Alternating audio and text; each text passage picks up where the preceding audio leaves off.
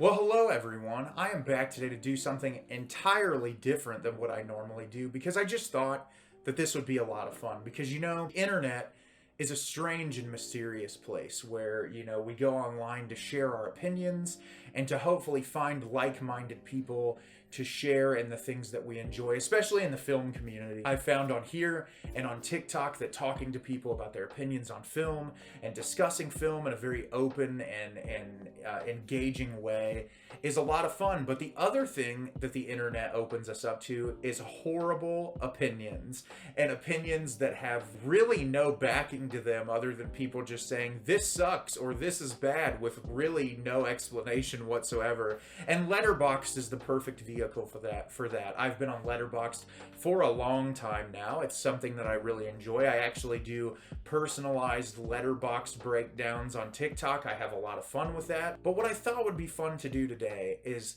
look at some of my favorite films of all time and read some poor reviews of those, some half-star reviews of people that didn't enjoy those films as much as I did, and thought we could just get some joy and some entertainment value out of that, and kind of seeing my reaction to those things. So without further ado, let's get into it right now. So first up, we're going to look at Celine Sciamma's masterpiece, Portrait of a Lady on Fire, one of my favorite movies of the past several years. And this person says, half star, I wanted to light myself on fire while watching this boring ass movie. Well, clearly they did not appreciate the subtlety and the nuance of the relationship that was conveyed, and how the director took her time to kind of slowly show us these people, who come from very different backgrounds, finding each other at a period in their life where they both really need each other to grow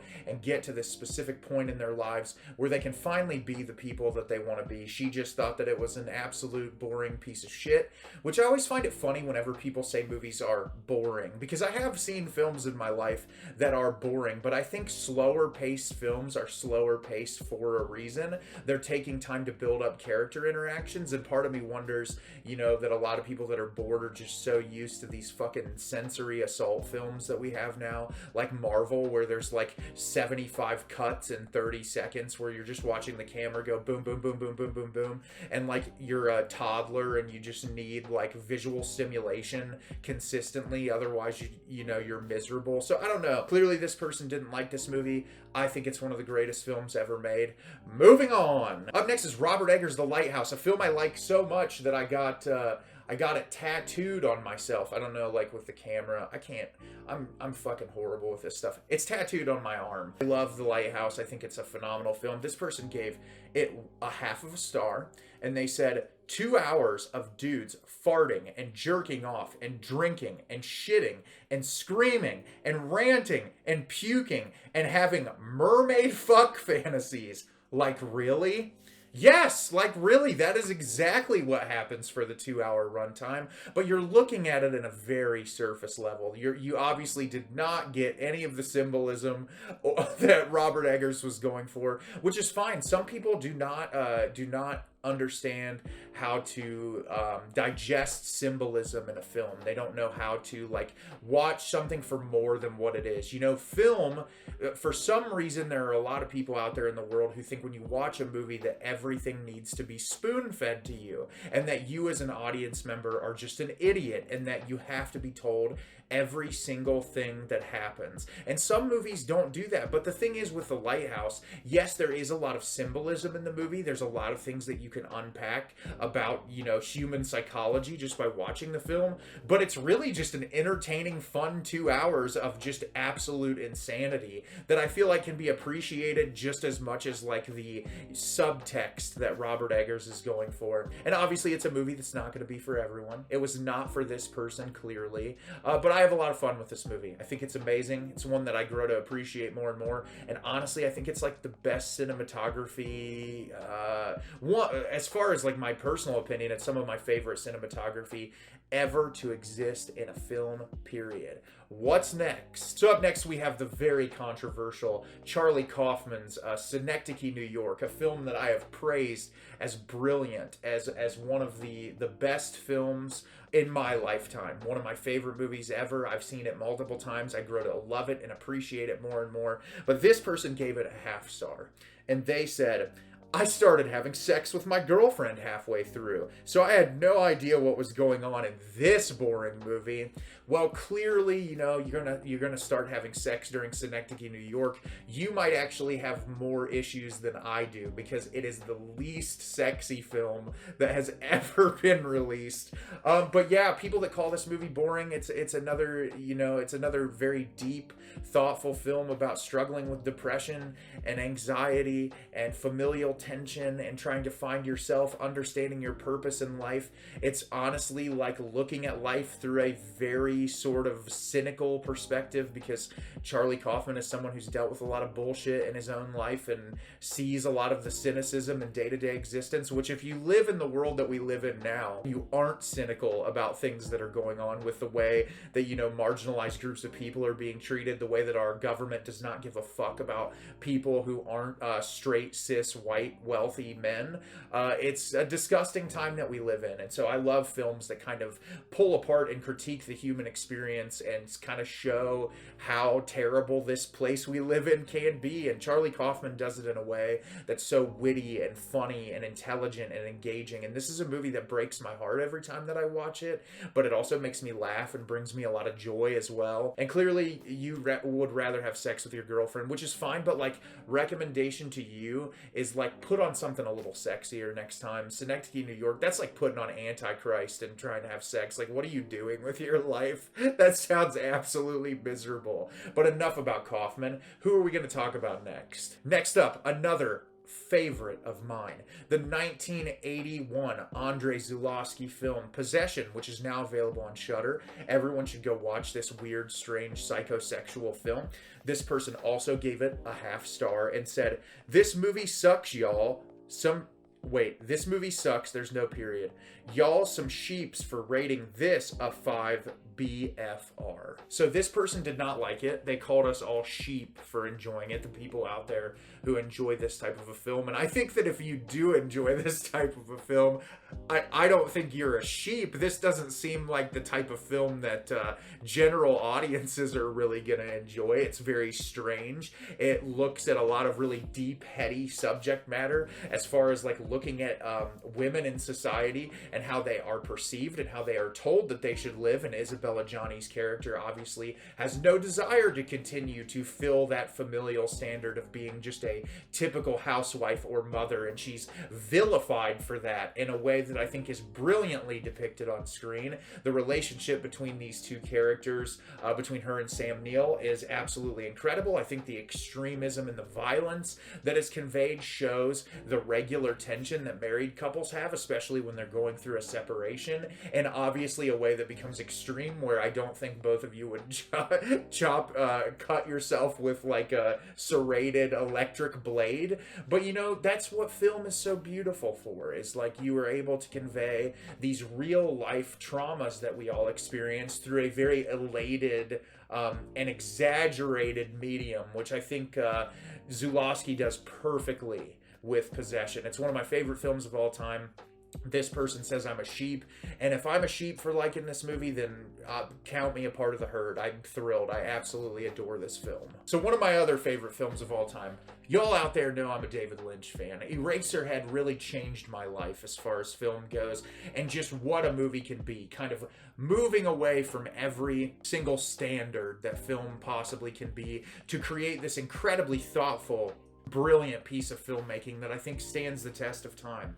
But this person gave this film a half star. And what did they say about it? This film is one of those films, film enthusiasts say is good because it makes them look like they know film. So this is one of those that you just like because of it makes you pretentious. This is one of the arguments that legitimately pisses me off about people when they comment on someone liking an art house film and saying that the only reason that they like it is because it makes them look smart. Can we not live in a society that acknowledges the fact that art impacts certain people differently? I mean, shit, there's films that that are art house films that certain people absolutely adore that I can't stand, but I can still acknowledge the fact as to why people love them. For instance, Gaspar Noé, an incredibly challenging director, made the film Vortex that I absolutely adored. His film Climax, I did not like it. There are people in the film community who acknowledge it as like one of the greatest pieces of abstract surrealist filmmaking that's ever existed, and it didn't work for me because I didn't like the characters, I didn't like the structure, but I can still appreciate the cinematography, the sound design, the presentation, the kind of slow decline into insanity that Gaspar Noé does a really excellent job handling in the film. It's just not for me.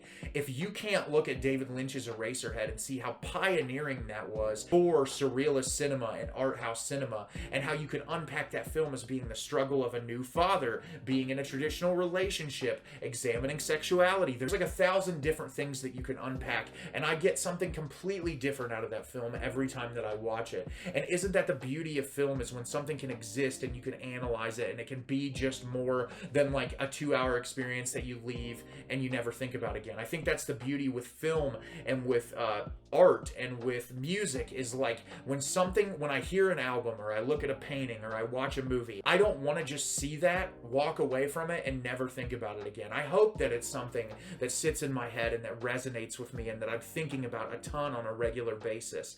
And I think that like if you're into movies just to go watch something and for it to go in one ear and out the other, that's fine if that's the level of experience that you're looking for. But to boil this down to the idea that people just like it because it'll make them look like film people is really one of the stupidest arguments that anyone could make for any type of film in general. And it's one of the ones that I really just think that if you consider yourself a film lover and you've had that opinion about film, you really need to kind of unpack the way you think, because that's not how movies work. Next up, I thought it would be fun to talk about a couple of films that are newer that I really appreciated, just to kind of get some, negative feedback on some movies that I really love.